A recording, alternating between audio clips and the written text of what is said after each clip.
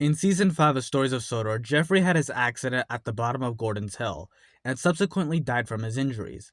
Many have critiqued this scene for how easy it was for an accident like this to kill Geoffrey, and often point to Thomas's quote-unquote survival as plot armor protecting the main characters. But we're not going to be focusing on that today, because Geoffrey's crash is far more intriguing and arguably easier to calculate. See, while rewatching Vandalism, I wanted to know the force of impact Geoffrey's crash it took to kill him. And to figure that out, we're going to have to use math. Yep, we're going to do some mathematics on the crash of Geoffrey to find out how much the force of impact it took to kill Geoffrey. And oh boy, is it complicated. So, let's jump into it.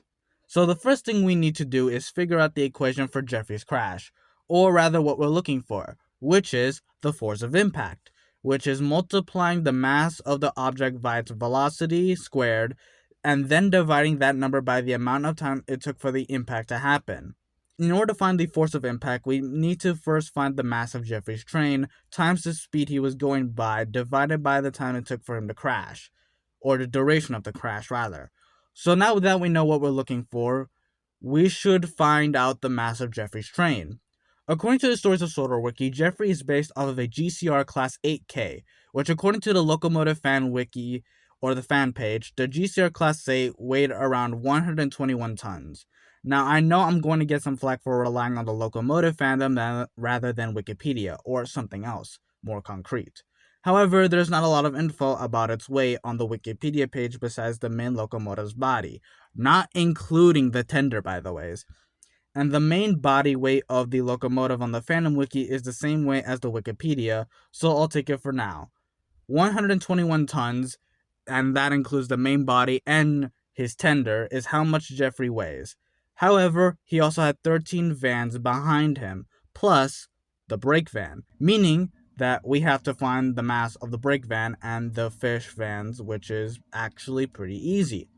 The vans shown to us have the tonnage on the outside of the van if you're paying close attention.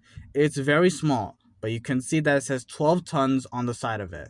So multiplying that by 13 gives us 156 tons. Plus, the brake van used is based off of a standard BR 20-ton brake van, which of course is 20 tons. So with that being said, let's add all the combined weight together. All these numbers add up to 297 British tons. Oh yeah, I forgot to mention that the UK uses different tons to the US. So doing a bit of conversion gives us 332.64 tons in US tons.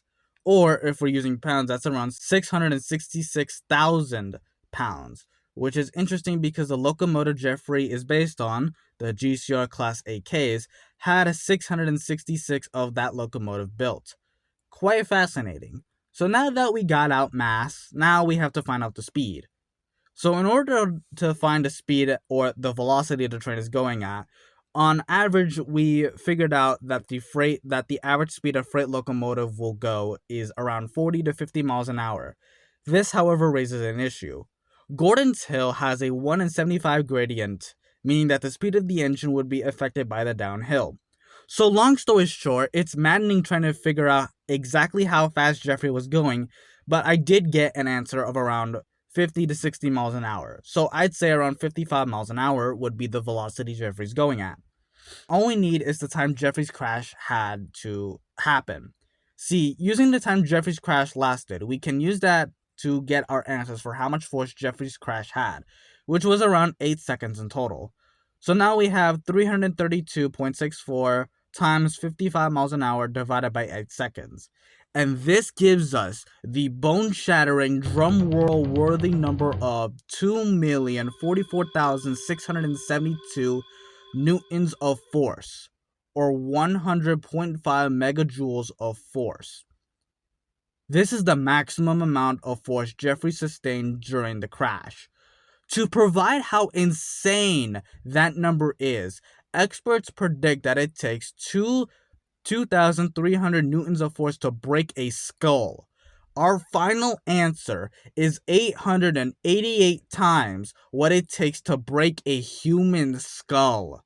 And converting our 100.5 megajoules to foot and pounds shows us that it's 74,158,553 feet-pounds total. If we were to convert that to PSI, that would be around 514,989 PSI, which is enough to penetrate through steel. Meaning that Geoffrey dying on impact more than checks out. In fact, I think Victor undersold how catastrophic something like this would be to the driver and firemen. The force of impact would literally splinter their head open like an egg. The face of Geoffrey would literally be grated off of him as he hits the surface of the earth. However, despite all of this, there's still one question that remains. Could something like a pipe actually derail Geoffrey? Yeah, it definitely can. Now, I don't even know why we had to question this in the first place, but yes, a pipe that is tall and wide enough like that could derail a train. If it were smaller, it would be more questionable, but alas, even without calculating how big it is, just from looking at it alone, it's clear to me that this would derail Geoffrey and the force of impact would kill him on impact. So in short, Geoffrey's death more than checks out. But hey, that's just a theory. A train theory. Thanks for watching.